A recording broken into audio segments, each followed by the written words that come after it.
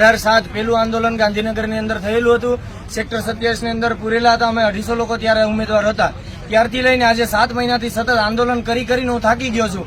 માનસિક રીતે એમ થાય ને તો કે હારી ગયા છે. આ એમ થાય છે કે આ બધું બીએસસી, એમએસસી, બીએડ અને 2.5 વર્ષ સુધી અહીં તૈયારી કરી છે. કેટલા એકેડેમીમાં પૈસા નાખ્યા, તો છેલ્લે એમ થાય કે આ બધું જફ્ફામારી કરવા કરતા તો આના કરતા ને મરી જવું સારું.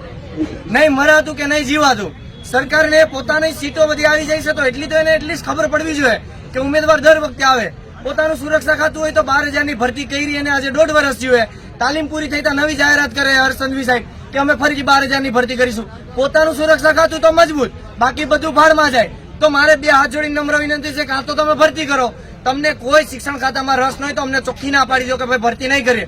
અમને આજે એમ થાય છે કે જીવવા કરતા મરી જાય. નહીં ઘરના રહેતા કે નહીં ઘાટના રહેતા. લોકોને આજે જવાબ દઈ દઈને થાકી ગયા. નહીં આજે ક્યાંય છોકરીને માગા નાખીએ ને તો એ લોકો એમ કે છોકરો શું કરે તો કે આંદોલન કરે. લોકો કોઈ દેવા માટે તૈયાર નથી. અને ઘરનાઓ કઈ થાકી ગયા કે 18 વર્ષથી ગાંધીનગરમાં શું કરે ના જખ મરાવે. તૈયારી કેમ નહીં? તારી પાસે તૈયારી હોય તો ક્યાં ભરતી તો થતી નહીં. સરકાર ભરતી તો લાવતી નહીં. તો આજે જ્યાં લગ્ન પ્રસંગમાં જાય તો બધા અમને પૂછે કે શું 18 વર્ષથી કરે, તારી નોકરી તો નહીં આવી. તો આજે અમે લોકો થાકી ગયા. ખરેખર અમે જોઈને તો આજે મરવાની હાલત આવી ગયા. હવે સરકાર અમારી રિક્વેસ્ટ સાંભળે તો ઠીક છે, નહીં તો હવે તો રામ રાખે એમ રહેવા માટે તૈયાર. આજે હૃદયમાં ક્યારેક દબાણ આવી જાય, સારું એમ થઈ જાય કે રાત્રે કઈક ઊંઘમાં મરી ન છે. ખરેખર હોઈએ ને ઉઠીએ ત્યાં સુધી ને ઊંઘમાં રાત્રે એક જ વસ્તુ આવે કે ભરતી સરકાર કરશે કે નહીં કરે.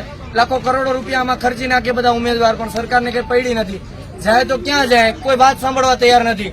મુખ્યમંત્રીને કહે તો એમ કહે છે કે મને તો ખબર જ નથી કે ભરતી ક્યાં પહોંચી. આ તે શિક્ષણ મંત્રી પાસે જાય તો એમ કે આ ભરતી લેવી તો લ્યો, નહીં તો ગ્રાન્ટ સહાયક જ રહેશે.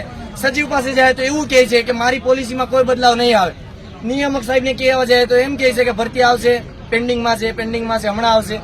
થાકી ગયા છે. આજે કોઈ સપોર્ટ માટે તૈયાર નથી. આજે દર વખતે આંદોલનમાં અમે 200-250 લોકો આવીએ, બાકી બધા ઘરે રહે. તો ક્યાં જાય? કોઈ વાત સાંભળવા માટે તૈયાર નથી.